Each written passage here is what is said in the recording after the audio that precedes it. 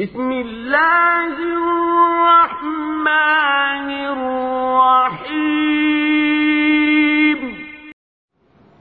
ওয়ালাইকুম আসসালাম রহমতুল্লাহি ওয়া বারাকাতুহু। ডাক্তার সাহেব, আপনি জিজ্ঞাসা করেছেন যে যদি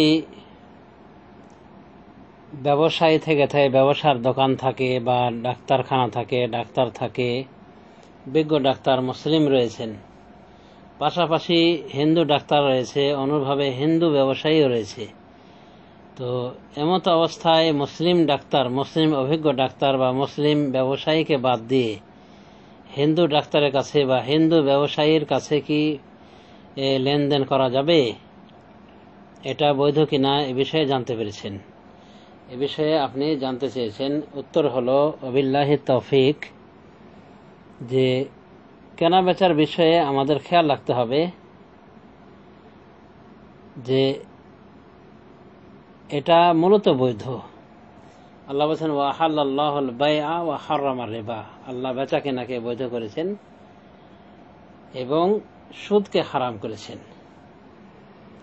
রাসূলুল্লাহ সাল্লাল্লাহু আলাইহি ওয়াসাল্লাম বেচা কেনা করেছেন মুশরিকদের সাথে বেচা কেনা করেছেন। যেমন বুখারী শরীফে হাদিসে রয়েছে, এক মুশরিককে উনি বলেছিলেন যখন সে কিছু ওই ভেড়া দুম্বা নিয়ে উপস্থিত হয়েছিল, তো বলেছিলেন যে তুমি তোমার এই ভেড়া দুম্বা এই দুম্বাগুলি আমাদেরকে দিবে কিনা, বিক্রিতে দেবে নাকি হাদিয়া হিসেবে দেবে? তো ওই লোক, ওই মুশরিক বলেছিল বাল বাইআন, বরং বিক্রিতে দিব, মানে হাদিয়া দিব না। তো এখানে রাসূলুল্লাহ সাল্লাল্লাহু আলাইহি ওয়াসাল্লাম তাকে বলেছেন তুমি এটা বেচবে কিনা, বেচবে না হাদিয়া হিসেবে দিবে। তার মানে রাসূলুল্লাহ সাল্লাল্লাহু আলাইহি ওয়াসাল্লাম তিনি তার কাছ থেকে কিনে নেওয়ার সম্মতি জানিয়েছেন। এমনকি সহিহ হাদিসে রয়েছে যে উনি ওই মুশরিকের কাছ থেকে কিনেছিলেন ওই বকরি, ছাগল বা দুম্বা। তো এখান থেকে প্রমাণ যে মসজিদের সাথে বেচা কেনা করা যেতে পারে, এমনকি মসজিদের হাদিয়াও নেওয়া যেতে পারে। কারণ রাসূল সাল্লাল্লাহু আলাইহি ওয়াসাল্লাম এটা বলেছেন যে তুমি বেচবে নাকি হাদিয়া হিসেবে দিবে। সে বলেছে না, আমি হাদিয়া হিসেবে দেব না, আমি বিক্রি হিসেবে দেব। তো এটা লেনদেন বৈধ রয়েছে। তবে যদি এরকম হয় যে ব্যবসায়ী, মুসলিম ব্যবসায়ী রয়েছে এবং বা মুসলিম ডাক্তার, অভিজ্ঞ ডাক্তার রয়েছে, তো এমত অবস্থায় মুসলিম ডাক্তারদের নিকটে যাওয়া এটা একটা মানবিক বিষয়। এটা মানবিক বিষয় যে মুসলিম ব্যক্তি মুসলিম ডাক্তারের কাছে যাবে বা মুসলিম ব্যবসায়ীর নিকটে যাবে। তবে যদি এমন হয় যে মুসলিম ডাক্তার হওয়ার পরও তার নিকটে কিছু অসাধুতা রয়েছে বা অভিজ্ঞতার অভাব রয়েছে, পক্ষান্তরে হিন্দু ডাক্তার হওয়ার পরও সে সততার সাথে ব্যবসা বাণিজ্য করে, লেনদেন করে এবং অভিজ্ঞ ব্যক্তি, তাহলে এমত অবস্থায় সততার কারণে বা বেশি অভিজ্ঞতার কারণে হিন্দু ডাক্তারের শরণার্থী হওয়া যেতে পারে। অনুভব ব্যবসায়ী যদি দুরকম হয় যে মুসলিম ব্যবসায়ী রয়েছে, অমুসলিমও ব্যবসায়ী রয়েছে, তো উচিত একজন মুসলিমের তার মুসলিম ভাইয়ের অর্থনীতিকে মজবুত করা। সুতরাং মুসলিম ব্যবসায়ীর সাথে লেনদেন করবে, এটা একটা মানবিক বিষয় মাত্র। তাছাড়া একবারে যে লেনদেন করা হারাম এমন কিছু নয়। এটা একটা মানবিক বিষয়, যদি করে এটা ভালো। আমরা কেন বললাম যে বৈধ রয়েছে? মুসলিম থাকার পাশাপাশি, মুসলিম ব্যবসায়ী থাকার পাশাপাশি মুশরিক বিধর্মী ব্যবসায়ী থেকে নেওয়া বৈধ রয়েছে, এটা কেন আমরা বললাম? কারণ রাসূলুল্লাহ সাল্লাল্লাহু আলাইহি ওয়াসাল্লাম তিনি নিজেই এরকম লেনদেন করেছেন। যেমন বুখারী শরীফের হাদিসে মা আয়েশা রাদিয়াল্লাহু তাআলা আনহা বলছেন, ইশতারা রাসূলুল্লাহ সাল্লাল্লাহু আলাইহি ওয়াসাল্লাম মিন ইয়াহুদিয়্যিন তাআমান ওয়া রাহানাহু দিরআহু।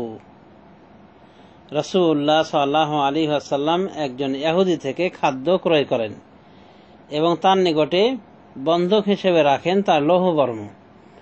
বুখারী শরীফের হাদিস নাম্বার 2513, মুসলিম শরীফের হাদিস নাম্বার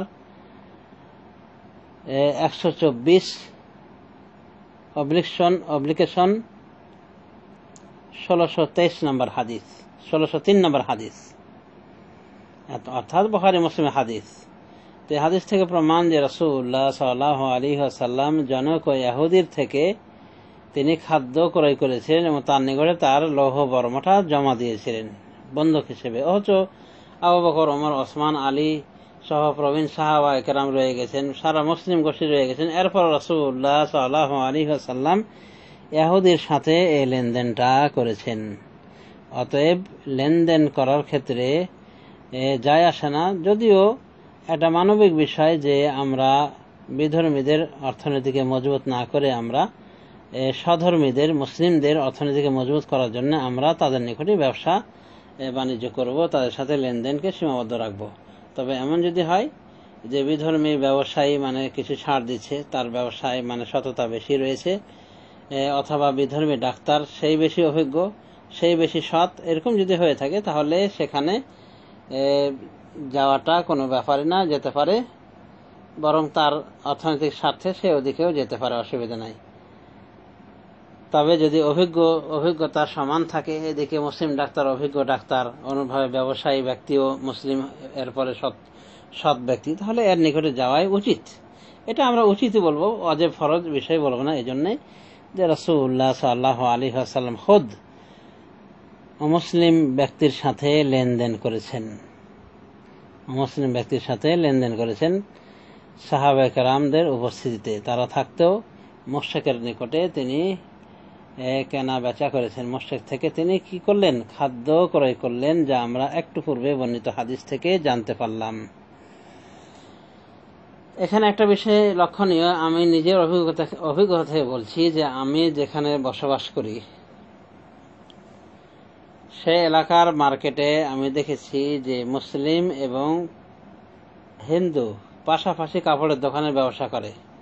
আমি নিজে আমার মুসলিম ভাইয়ের নিকটে যাওয়ার সাহস পাই না, কারণ ও চড়াও দামে বিক্রি করে এবং তার দাম ধরার কোনো ঠিক ঠিকানা নাই, মানে বলগাহীনভাবে দাম ধরে। পক্ষান্তরে হিন্দু ওর পাশে যে আছে ও কাপড়ের দোকানদার, কিন্তু ওর নিকটে চিপ রেটে নেওয়া যায়, মানে সে ওরকম বেশি চড়াও দাম চায় না, তার নিকটে এরকম দরাদরি করা লাগে না, ঠকারও সম্ভাবনা থাকে না। তো অনেক সময় ওই হিন্দু মুসলিম ভাইয়ের কাছ থেকে নেওয়ার ইচ্ছা থাকে, কিন্তু ওর ব্যবহারের দোষে মানে আরো অনেকে নেয় না, আমিও নিতে পারি না। তো এরকম যদি অসৎ মুসলিম হয়ে থাকে, তাহলে অসৎ মুসলিমের থেকে সৎ কাফের মুশরিকের সাথে এই জাতীয় লেনদেন করাতে কোনো দোষ নেই ইনশাআল্লাহ। আশা করি বিষয়টা বুঝতে পেরেছেন। কিন্তু যদি সৎ মুসলিম থেকে থাকে, সৎ ব্যবসায়ী থেকে থাকে, সৎ ডাক্তার, সৎ পেশাদার থেকে থাকে এবং এরপর তাকে পরিত্যাগ করা হয়, তাহলে বলা যেতে পারে যে এটা একটা মানে অনুচিত কাজ করা হলো, যেটা অনুচিত পর্যন্ত সীমাবদ্ধ থাকবে, হারামের পর্যায়ে অবশ্যই যাবে না ইনশাআল্লাহ। কারণ আল্লাহ বেচা কেনাকে হালাল করেছেন, এক্ষেত্রে এমন কিছু বলেনি যে মসজিদের সাথে বেচা কেনা করা যাবে না আর মুসলমানদের সাথেই বেচা কেনা সীমাবদ্ধ রাখতে হবে, এমন কিছু আল্লাহ বলেননি। তবে আবারও বলছি যে মানবিক বিষয় যে একই পণ্য যদি পাওয়া যায় মুসলিমের নিকটে এবং মুসলিম যদি সৎ হয় তার নিকটেই নেওয়া উচিত। অন্যভাবে ডাক্তারি যদি ভালো ডাক্তার পাওয়া যায়, মুসলিম সৎ ডাক্তার, তাহলে তার নিকটে যাওয়া উচিত। কিন্তু যদি অর্থনৈতিকভাবে সমস্যা থেকে থাকে, ওই মুসলিম ডাক্তার মুসলিম ব্যবসায়ী বেশি দাম ধরতেছে, তো সেক্ষেত্রে পণ্যের মানে মানের কারণে বা এইভাবে পণ্যের চড়াও দাম হওয়ার কারণে যে সস্তা দামে দেবে তার নিকটে নেওয়া যেতে পারে, যদিও সে মুশরিক হয় না কেন। আশা করি বিষয়টি বোঝাতে সক্ষম হয়েছি এতক্ষণ। ধন্যবাদ। জাযাকুমুল্লাহু খায়রান।